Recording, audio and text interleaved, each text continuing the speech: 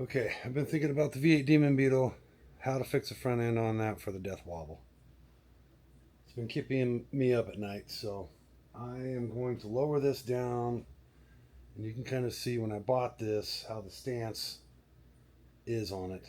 And since I'm going to get into the front end anyway, I could spend either 800 bucks or 1500 bucks or 80 bucks.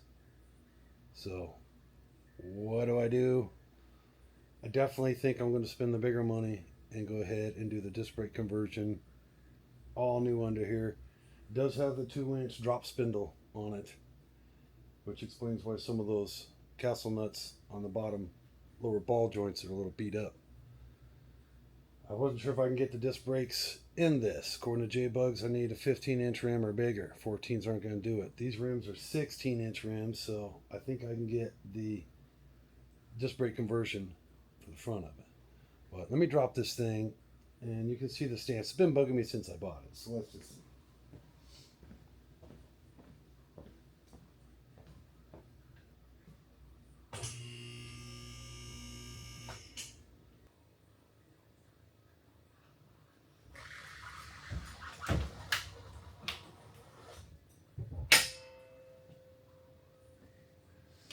Okay, now we're on the ground.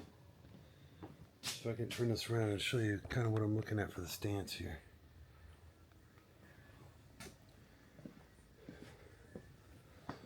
Notice how much fender space I have here.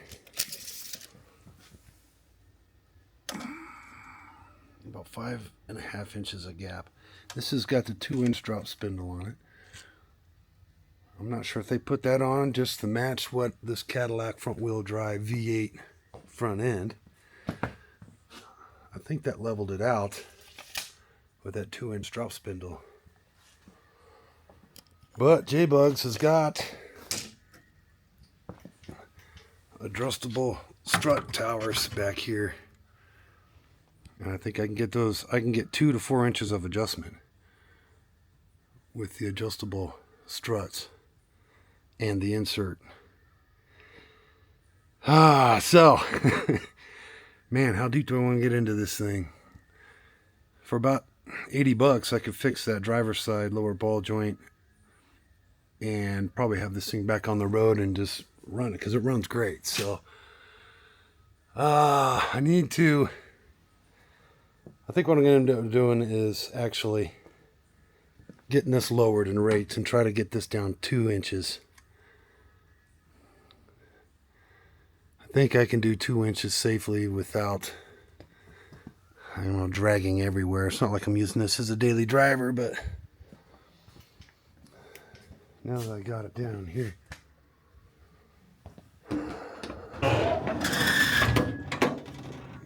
I did my wife's Beetle already, so it's not like I haven't done this before. This would be my second time, actually. So yeah, I can come in here, take these out like I did the other one. Here's the access for the steering piston. And this hole right here is for steering box adjustment. Take the tower out, pinch off those brake lines just so I don't have a mess. And do the adjustable struts on this. Try to get rid of that front gap. It's just been bugging me since I bought it. Just the stance is not exactly right. So